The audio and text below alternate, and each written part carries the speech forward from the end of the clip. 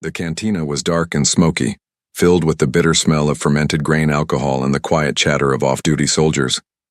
Kethvar sat hunched over his drink, his three eyes staring into the purple liquid as if it held answers to questions he wished he had never learned to ask. His scales, once a brilliant blue-green, had dulled with age and too many battles. Scars crossed his arms and neck like a map of pain. The young recruits sat around him in a circle, their eyes wide with curiosity and fear. They had heard whispers about the Terran problem, about the war that had changed everything. But whispers were just words. They wanted to hear the truth from someone who had been there, someone who had survived. "Tell us about the humans," said Vexka, the youngest of the recruits. Her scales still gleamed with youth, unmarked by battle. "Tell us what they are really like." Kethvar lifted his head slowly. His eyes were tired, older than his years. He had seen things that no soldier should see, done things that haunted his dreams. But these young ones needed to know. They needed to understand what they might face if the peace ever broke. "The humans," he said quietly, his voice rough from years of shouting orders over the sound of weapons fire. "Where do I begin?" He took a long drink, feeling the alcohol burn down his throat. It helped sometimes to dull the memories. But they never went away completely. I was a squad leader then, young and stupid and full of glory dreams. The Dominion had just started the war, and we all thought it would be easy. The humans were new to space, barely out of their home system. They had small ships, simple weapons, and no real military tradition. At least, that is what our commanders told us. Kethvar paused, remembering the confidence they had all felt. The Zephyrian Dominion controlled half the galaxy. They had conquered dozens of worlds, absorbed countless species into their empire. One more primitive race should have been simple work. My first real battle with humans was on Kepler 442b. It was a mining world. Nothing special. Rocky, cold, with thin air that made breathing hard. About 50,000 humans lived there, mostly miners and their families. The plan was simple: land, secure the population, and move them to work camps. Standard procedure. The recruits leaned forward, eager to hear about their first great victory, but Kethvar's expression grew darker. "We came down in force. 3,000 soldiers, heavy weapons, air support. The humans had maybe 200 fighters, all of them poorly equipped. They should have surrendered immediately. Any civilized species would have." He took another drink, his hands shaking slightly. "But humans are not civilized, not the way we understand it." The first sign of trouble had come at the spaceport. The Zephyrian dropships had landed without resistance, which should have been good news. But as Kethvar's squad moved through the empty terminal, something felt wrong. The silence was too complete, too careful. "Where are they?" his second-in-command had asked. Kethvar had been wondering the same thing. Intelligence reports said the humans would try to evacuate civilians through the spaceport, but the landing pads were empty, the buildings abandoned. Then the explosion started. They had turned the entire spaceport into a trap, Kethvar told the recruits. Hidden charges in the walls and the floors, in places we never thought to look. The first blast killed 12 of my soldiers instantly. The second brought down half the control tower. But that was just the beginning. As the Zephyrian forces tried to regroup, human fighters appeared from everywhere and nowhere. They came out of maintenance tunnels, dropped from ceiling vents, rose up from storm drains. They fought with a desperate fury that made no sense. "I remember the first human I saw up close," Kethvar said. His name was Jake Morrison, a Marine, lieutenant according to his uniform. He should have been retreating with the other defenders following standard military doctrine. Instead, he and his squad were moving toward our position. Morrison's squad was badly outnumbered. Any rational commander would have pulled back, tried to find better ground or more support. But Morrison seemed to have a different plan entirely. They were buying time, Kethvar realized now, though it had taken him years to understand. The civilians were evacuating from the other side of the colony, and Morrison's job was to keep us busy long enough for them to escape. The battle that followed was unlike anything in Kethvar's military training. The humans fought without regard for their own safety, using tactics that seemed insane. A female soldier named Amy Fletcher had actually run toward a Zephyrian heavy walker, carrying explosive charges. She had died in the blast, but so had the walker and its crew. We could not understand it, Kethvar said. Why would she throw her life away like that? One soldier against a heavy walker makes no sense. But she was not thinking like a soldier. She was thinking like a human. Another fighter, Ben Hughes, had continued shooting even after losing his left arm to plasma fire. He had tied a tourniquet with his teeth and kept fighting with one hand until blood loss finally dropped him. Even then, he had tried to crawl toward the Zephyrian position. They used everything as a weapon. Kethvar continued. Mining equipment became bombs. Construction vehicles became battering rams. They turned their own infrastructure against us. The humans had rigged the colony's power plant to overload, threatening to destroy everything within a 10-mile radius. They had poisoned the water supply rather than let it fall into enemy hands. They had programmed the automated systems to attack anything that moved, but the worst part was their complete lack of fear. Zephyrian military doctrine was based on the idea that intelligent beings wanted to survive. You could predict their actions, force them into surrender, negotiate with them, but humans seemed to have no survival instinct at all. Morrison held his position for 6 hours, Kethvar said. 6 hours against overwhelming odds. His squad was cut down one by one, but he never retreated. When we finally overran his position, we found him tied to a detonator.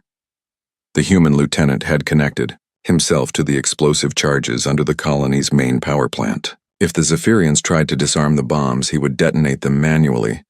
It was a standoff that should have ended in negotiation. I tried to talk to him, Kethvar remembered. I told him we could make a deal, surrender, and we would treat him as a prisoner of war. Fight and everyone dies. Morrison had looked at him with eyes that showed no fear, no doubt, no hesitation. That is the point, the human had said. The explosion had destroyed the power plant, most of the colony, and half of Kethvar's battalion. Morrison had died instantly, but his sacrifice had given the civilian evacuation ships time to escape. By the time Zephyrian reinforcements arrived, the colony was empty except for the dead. We won the battle, Kethvar told the recruits. We took the planet, but we lost more soldiers in one day than in the previous 3 campaigns combined. And for what? An empty world full of booby traps and poisoned wells. The young soldiers sat in stunned silence.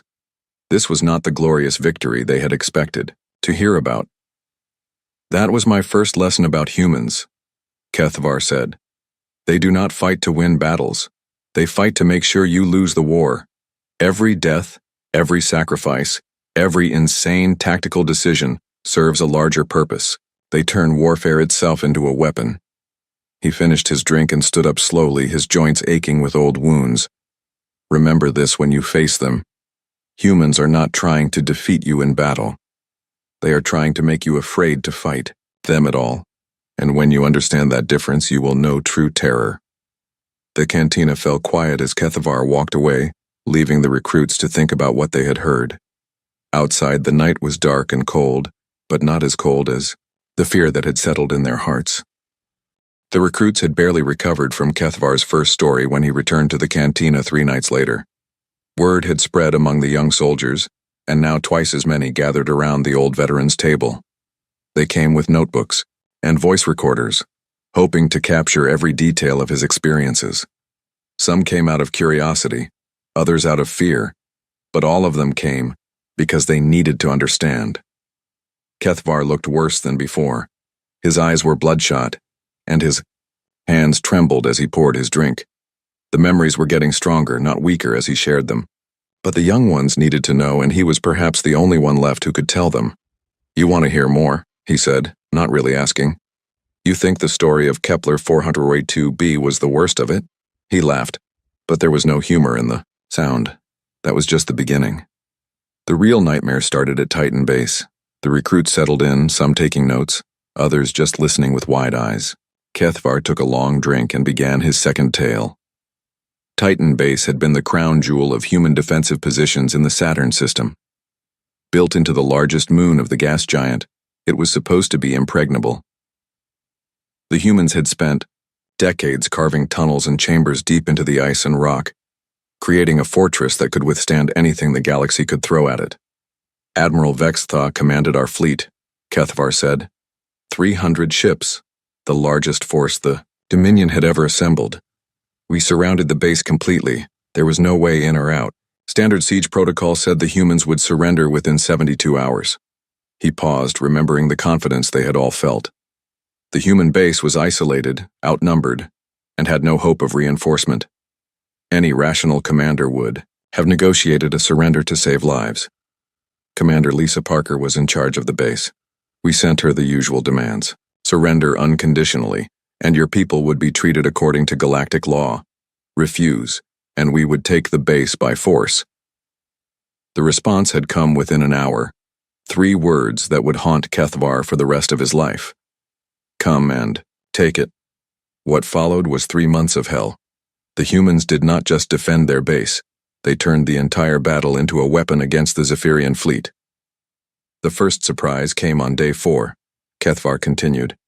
A human supply ship broke away from the base and headed straight for our command cruiser. We thought they were trying to escape, so we prepared to capture them.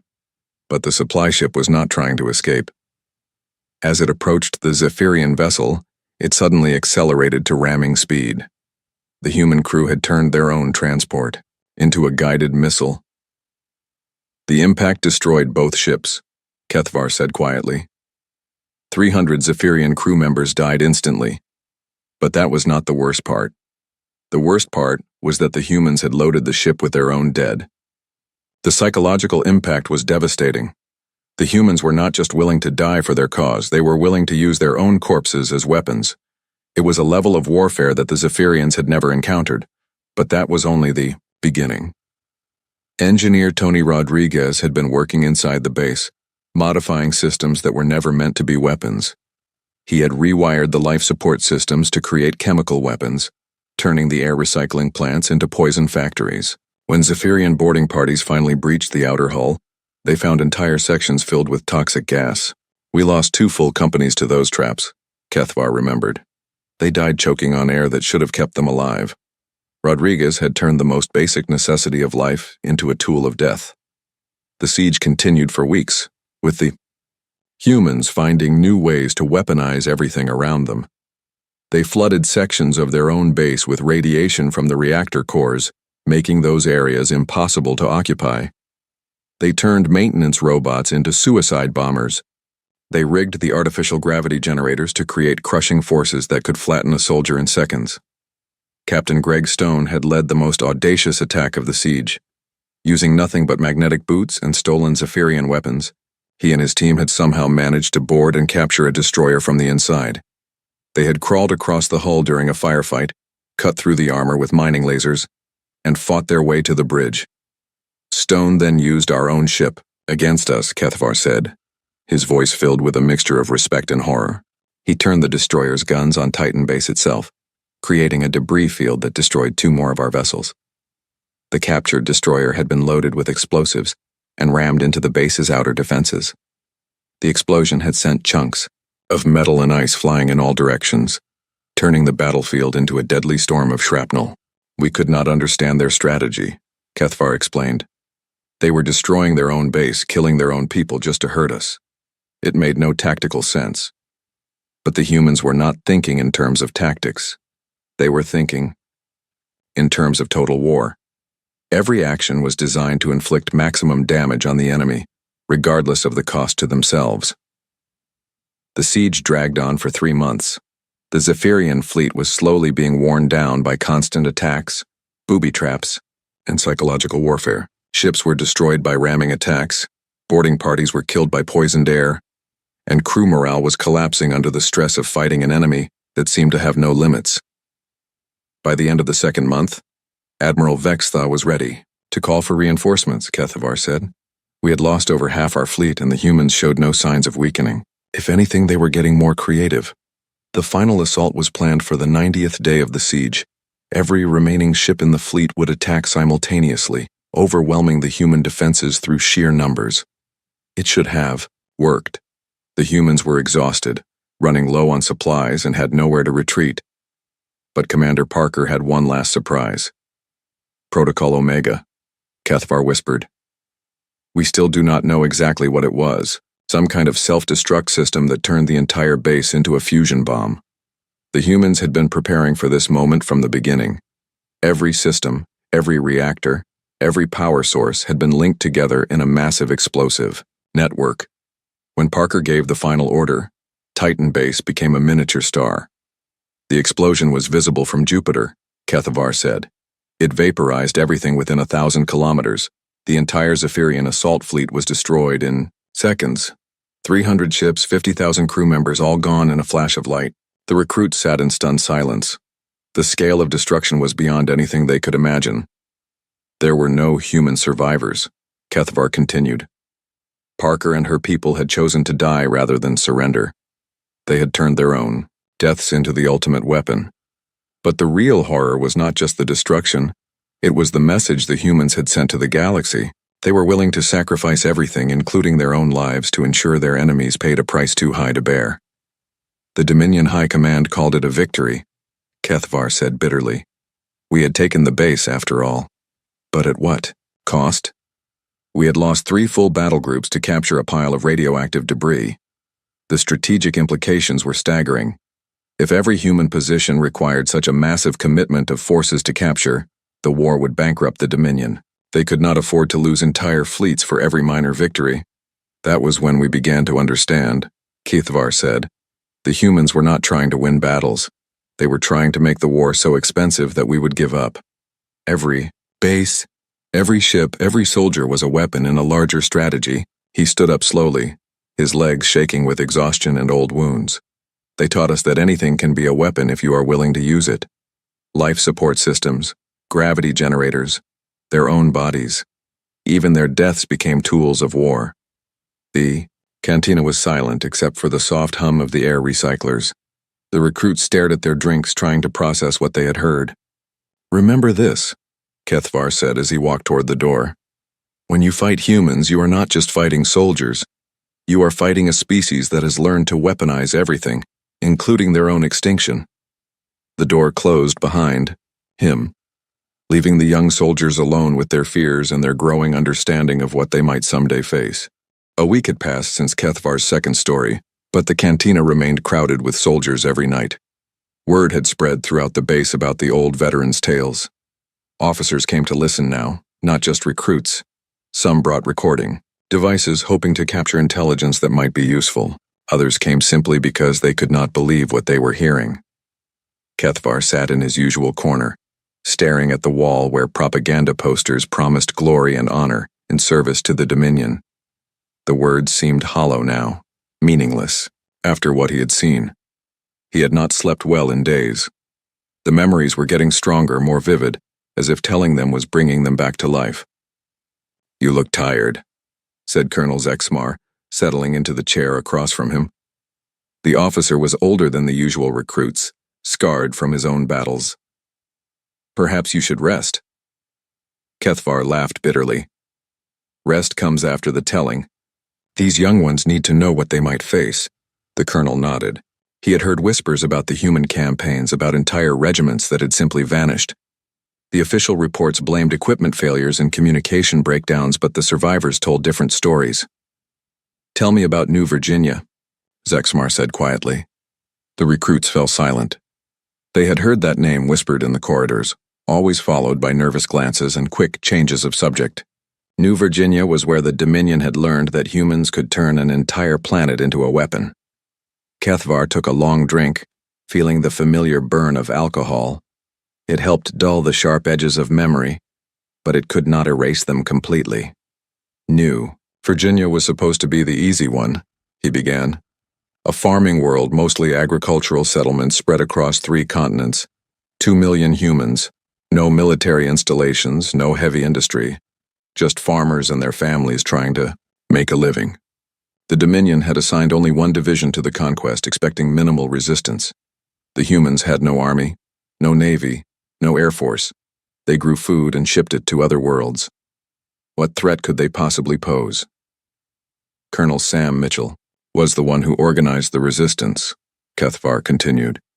He had been a corn farmer before the war, tending his fields and raising his children. He knew nothing about military tactics or strategy, but he understood his people and his land. The invasion had gone smoothly at first. Zephyrian forces landed at the major spaceports and secured the primary cities within hours. The local government surrendered immediately, and the occupation began according to standard procedures. But within days, strange things started happening. Supply convoys began disappearing. Not destroyed, not attacked, just gone. Entire truck columns would leave one base and never arrive at their destination. Search parties would find the vehicles abandoned, the supplies missing, the drivers nowhere to be found. At first we thought it was simple theft, Kethvar said. Humans taking what they needed to survive. But then we found the bodies. The missing drivers had been executed, their bodies left as warnings. But these were not random killings. The humans had chosen their targets carefully, always hitting the most valuable supplies, the most important routes. Mitchell had turned his entire population into a resistance network, Kethvar explained. Every farmer, every shopkeeper, every child old enough to carry a message. They fought a war we could not even see. The resistance used tactics that violated every convention of civilized warfare. They did not wear uniforms, did not follow military protocols, did not distinguish between combatants and civilians. Everyone was a potential enemy, and everyone was a potential target. Kate Williams had been a schoolteacher before the war. She had spent her days educating children, teaching them to read and write and think. But when the Zephyrians came, she had walked into a command post with a nuclear device strapped to her chest.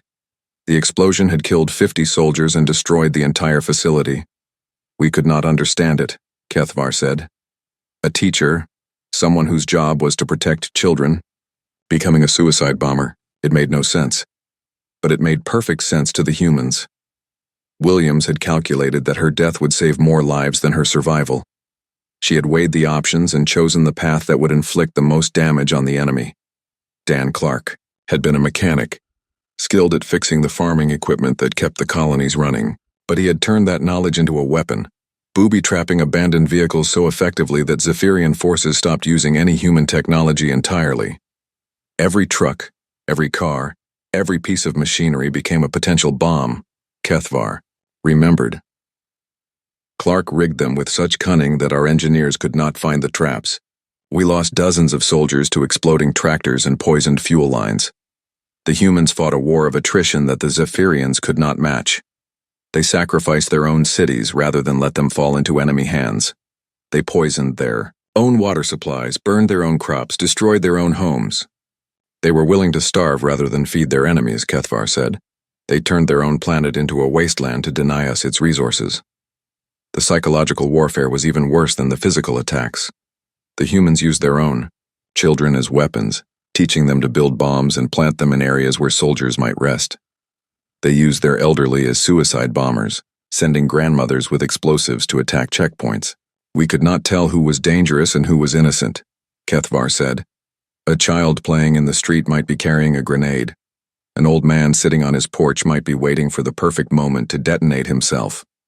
The breaking point had come during what the humans called the Christmas Offensive. Nick Turner, a cell leader who had once managed a grain silo, had coordinated attacks across the entire planet during their religious holiday. Using winter storms as cover, resistance, fighters had infiltrated every major Zephyrian installation simultaneously. They did not try to hold territory, Kethvar said. They just wanted to kill as many of us as possible before dying themselves. It was not a military operation. It was a massacre. The attacks had been perfectly synchronized. As families across the planet celebrated their holiday, resistance fighters had struck at command centers, supply depots, communication arrays, and medical facilities. The humans had used their own festival as cover for the largest coordinated attack in the war. My base was hit by a dozen fighters, Kethvar remembered. They came through the storm like ghosts, killing guards, setting fires, destroying everything they could reach. Most of them died in the assault, but they accomplished their mission. The aftermath had been devastating. Entire Zephyrian regiments had been found dead at their posts, poisoned by their own air supplies. The humans had somehow weaponized the planet's atmosphere, turning the very air into a tool of death. Turner had been planning it for months, Kethavar said. He had identified every weakness in our defenses, every vulnerability in our systems. He had turned the planet's entire ecosystem against us. The Zephyrian forces had been forced to retreat to orbital stations, abandoning the surface entirely. But even there, they were not safe. The humans had launched crude rockets from the ground, filled with biological weapons that could survive in space. They taught their children to sing songs about killing aliens, Kethavar said.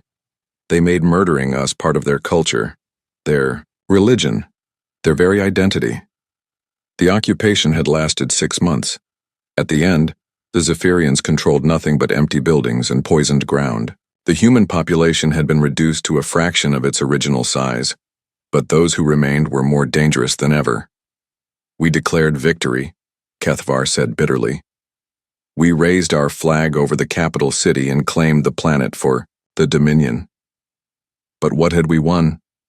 A dead world full of traps and hatred. The colonel leaned back in his chair, processing what he had heard. The official reports had mentioned heavy casualties on New Virginia, but nothing like this. How many did we lose, he asked. Officially? 12,000, Kethavar replied. Unofficially, no one knows. Soldiers just kept disappearing one by one, until whole units were gone. Some are probably still out there, buried in unmarked graves or dissolved in acid. The recruits sat in stunned silence. They had joined the military expecting to fight. Other soldiers, not entire populations, willing to die for their cause. The humans turned warfare into something we could not comprehend, Kethavar said. They made every civilian a soldier, every building a fortress, every meal a potential poison. They fought with their children, their elderly, their dying. They weaponized their own suffering. He stood slowly, his joints protesting after sitting for so long. Remember this when you face them, he said. Humans do not fight wars. They fight extinctions. Every battle is a survival test, and they would rather destroy everything than lose. The cantina remained silent long after he left, the soldiers lost in their own thoughts about what they had learned. The cantina had changed over the past month. What had started as casual storytelling had become something else entirely.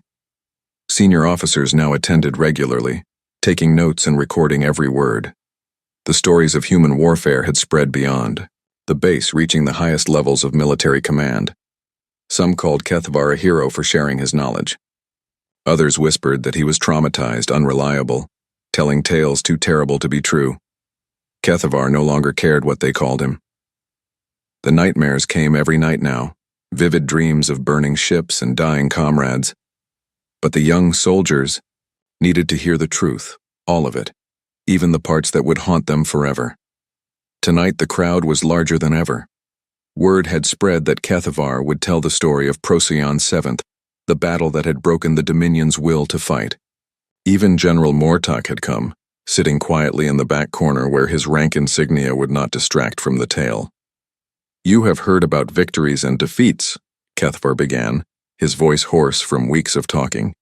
You have heard about tactics and strategy. Tonight I will tell you about vengeance. The word hung in the air like a curse. Vengeance was not something civilized species practiced. Wars had rules, protocols, limits. Even conquest was supposed to be conducted with honor and restraint. Procyon 7 was our greatest triumph, Kethavar continued. A beautiful world with crystal seas and floating cities. 3 million humans lived there in peace, growing food and making art. We conquered it in 2 days with minimal casualties. The Zephyrian fleet had overwhelmed the planet's defenses easily. The humans had surrendered quickly, accepting occupation rather than see their cities destroyed. It had seemed like proof that the resistance movements elsewhere were aberrations, that most humans were reasonable beings who could be integrated into the Dominion. We were celebrating our victory when the Vengeance fleet arrived, Kethavar said quietly. The name still sent chills down his spine. Admiral John Carter had assembled what remained of the Earth Defense Force after the fall of Mars and Luna. It was not really a fleet in any traditional sense. Most of the ships were civilian vessels hastily converted for war, cargo haulers and passenger liners fitted with weapon systems that violated several galactic treaties. Carter had lost everything, Kethavar explained. His home world, his family, his entire species' future. He was not fighting to win territory or resources.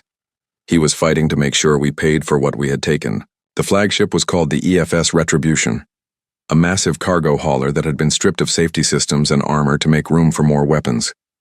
Captain Roy Phillips commanded the vessel with the desperate fury of a man who had nothing left to lose. Phillips had been an engineer before the war, designing solar collection arrays for peaceful purposes. But the Zephyrian bombardment of Mars had killed his wife and children, turning him into something darker than any soldier. He had spent months converting his ship into a flying weapon, removing life support redundancies and radiation shielding to install more guns. The Retribution was not built to survive battles, Kethvar said. It was built to take as many enemies as possible down with it. The Vengeance fleet had arrived without warning, dropping out of hyperspace directly above Procyon 7. The Zephyrian forces were scattered across the system, confident in their victory, unprepared for a counterattack. It should have been a simple matter to destroy the ragtag human force, but the humans were not interested in traditional naval combat. They had come to die, and they intended to make their deaths count. The first ship to attack was the EFS Liberty, Bell, Kethvar remembered. A passenger liner converted into a ramming vessel. Lieutenant Beth Taylor was at the helm. Taylor had been a commercial pilot before the war, ferrying tourists between Earth and the outer colonies, but she had volunteered for the suicide mission, loading her ship with explosives and aiming it at the largest Zephyrian dreadnought in the system. She sang as she died, Kethvar said, his voice barely a whisper. All the humans sang as they made their final runs. Some old song about their homeworld, about blue skies and freedom. The Liberty Bell had crashed into the dreadnought's bridge, taking both ships down in a fusion fire that lit up the entire system. But that was only the beginning. Ship after ship followed Taylor's example, turning themselves into guided missiles aimed at the heart of the Zephyrian fleet. We could not stop them, Kethvar said. Every time we destroyed one ship, another took its place. They had no fear, no hesitation, no survival instinct at all. The humans revealed weapons they had been developing in secret, devices that made the Zephyrian military scientists weep with horror. Gravitational bombs that collapsed entire ships into singularities, viral programs that turned enemy computers against their own systems, something they called nanoswarm weapons that could eat through hull metal like acid. But the worst were the star killers. We did not even know such things were possible, Kethvar said. Weapons that could destabilize stellar cores, turn suns into supernovas. The humans had built devices that could murder entire solar systems. Captain Phillips had activated one of these weapons during the battle, threatening to destroy the Procyon system's star if the Zephyrian fleet did not withdraw.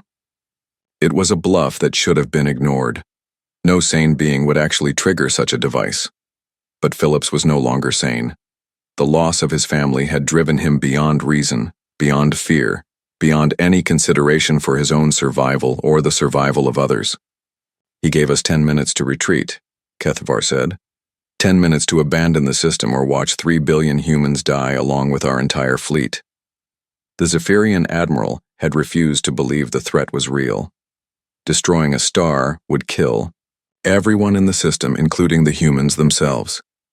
It was suicide on a scale that defied comprehension, but Phillips had been beyond caring about consequences. He had watched his children burn in the orbital bombardment of Mars. He had seen his wife's body in the wreckage of their home. The pain had consumed everything else, leaving only the need to make his enemies suffer as he had suffered. The star began to die, Kethvar whispered. We watched it happen on our sensors, saw the fusion reaction becoming unstable. Phillips was actually doing it. He was killing the sun. The retreat had been chaos, ships fleeing in all directions, desperate to reach minimum safe distance before the star exploded. But the humans had not been content to simply destroy the system. They had used the panic to launch one final assault. Carter's remaining ships followed us as we ran, Kethvar said. They had nothing left to lose, so they spent their lives like currency, buying destruction with their deaths. The EFS Retribution had been the last to die, ramming itself into the Zephyrian command ship as the star began its final collapse. Phillips had timed it perfectly, ensuring that his enemies would die with him in the expanding wave of stellar fire. 80% of our fleet was destroyed, Kethvar said. 3 entire battle groups gone in a matter of hours. And for what? The humans gained nothing. They saved no one. They simply chose to die rather than accept defeat. But they had achieved something more important than victory. They had sent a message to the galaxy, a demonstration of what humanity was capable of when pushed beyond all limits. We learned that day what extinction looks like, Kethvar said. Not just death, but the complete willingness to drag your enemies into oblivion with you. The humans had weaponized their own extinction. General Mortak stood up slowly, his face pale with understanding. He had been planning his own campaign against human space, confident that superior numbers and technology would ensure victory. Now he was not so sure. How do you fight an enemy like that? One of the recruits asked. Kethvar looked at the young soldier with tired eyes. You do not, he said simply. You negotiate, you compromise, you find another way. The cantina fell, silent as the implications sank in. The mighty Zephyrian Dominion, conqueror of worlds, master of the galaxy, had been stopped by a species that was willing to die rather than submit. Remember Procyon 7, Kethvar said as he stood to leave. Remember what happens when you push humans beyond hope. They do not just fight wars, they fight extinctions, and sometimes extinction wins. The old veteran walked out into the night, leaving behind a room full of soldiers who would never again underestimate the power of desperation. The cantina was packed beyond capacity. Word had spread throughout the entire military base that tonight would be Kethvar's final story. Officers from every branch of service had come to hear how the war with humanity had ended. Some stood against the walls, others crowded around small tables, all of them waiting to learn the truth about the Terran armistice. Kethvar looked older than ever. 4 weeks of reliving his worst memories had taken a visible toll. His scales had dulled further, and his hands shook constantly now. But his eyes were clear, focused with the intensity of someone who had one last important task to complete. You have heard about battles and defeats, he said, his voice carrying clearly through the silent room. You have heard about human weapons and human tactics. Tonight I will tell you how it all ended. He paused, looking around at the assembled soldiers. Many of them were taking notes, recording his words for future analysis. Others simply listened, trying to understand how the galaxy's greatest military power had been forced to negotiate with a species that seemed to have no concept of surrender. The final campaign was called Operation Exodus, Kethvar began. The humans were retreating toward the galactic rim, taking their remaining population with them. We thought we had won. We thought they were running away. The Dominion High Command had been confident that humanity was finished. Their homeworlds were occupied, their fleets destroyed, their colonies abandoned. The few million survivors were fleeing toward empty space, seeking refuge in the dark between stars. We should have let them go, Kethvar said quietly. We should have been grateful that they were leaving our space forever. But the High Command wanted total victory. They wanted to eliminate the human threat completely.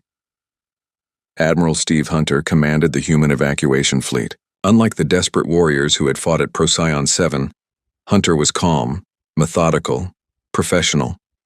He had been planning this moment for months, preparing for the final confrontation that would determine humanity's fate. Hunter sent a message to every major world in Dominion space. Kethvar continued. A simple broadcast that lasted only 30 seconds. But those 30 seconds changed everything.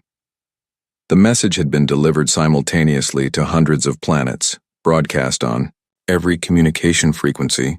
Hunter's voice had been steady, almost conversational as he explained humanity's final position. We are leaving, the human admiral had said. We ask only that you let us go in peace. If you pursue us, if you threaten our civilians, we will defend ourselves, and our defense will be absolute. The threat had seemed hollow at first. The humans were outnumbered, outgunned, fleeing with whatever ships they could salvage. What could they possibly do to threaten the vast Dominion? Then Hunter showed us the Star Killers, Kethvar said. The human colony ships had been armed with the same stellar destabilization weapons used at Procyon 7. But these were larger, more powerful, designed to trigger chain reactions that could destroy entire star clusters. The humans had turned their evacuation fleet into the largest weapon ever created.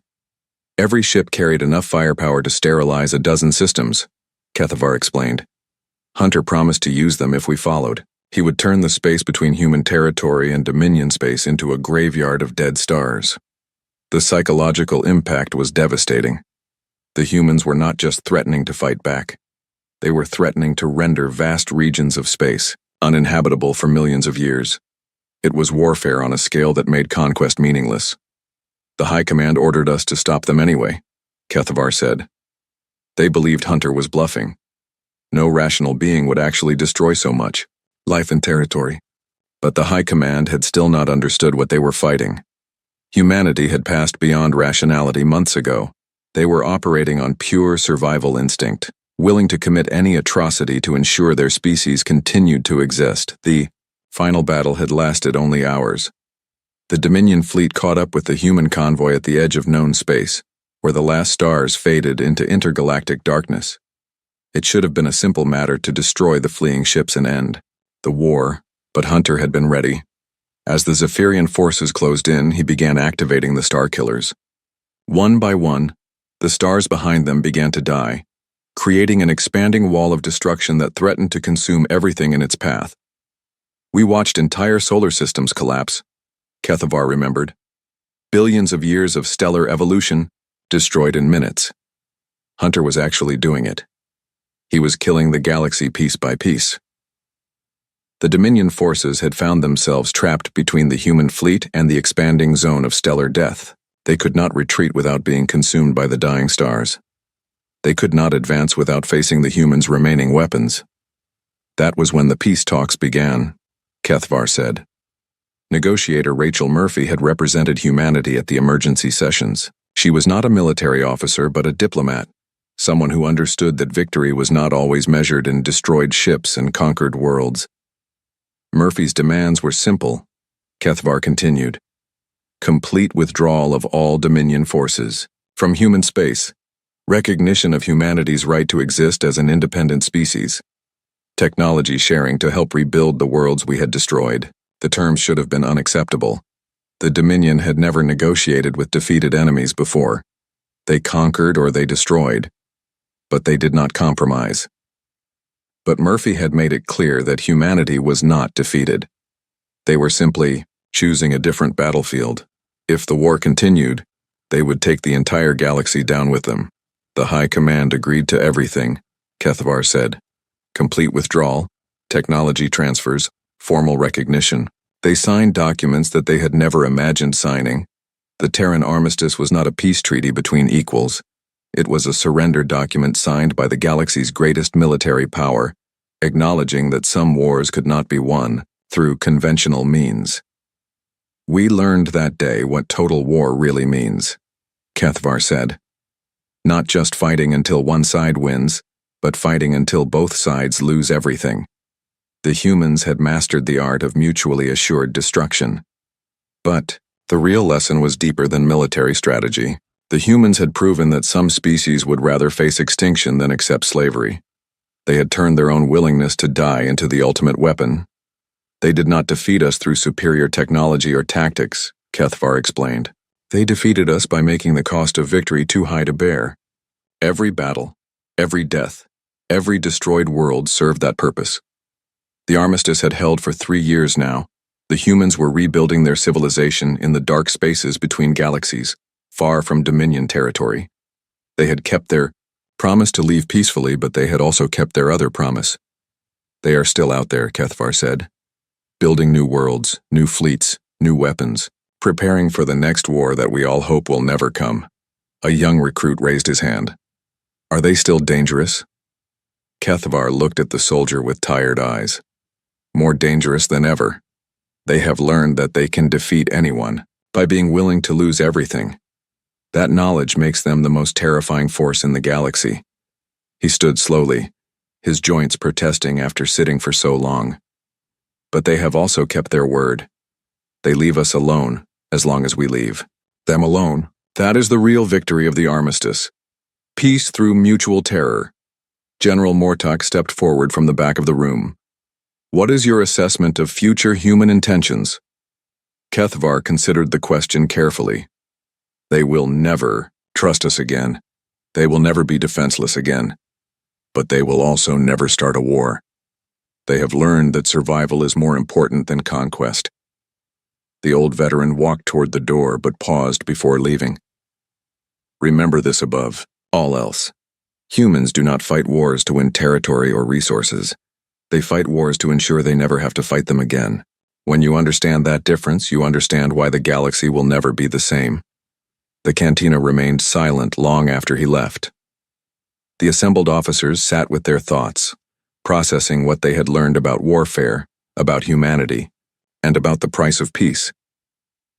Outside, the stars shone cold and distant, but everyone in the room knew that some of those stars might not be there tomorrow if the delicate balance of terror ever broke down. The humans had taught the galaxy a new kind of fear, and that fear would shape the future for generations to come.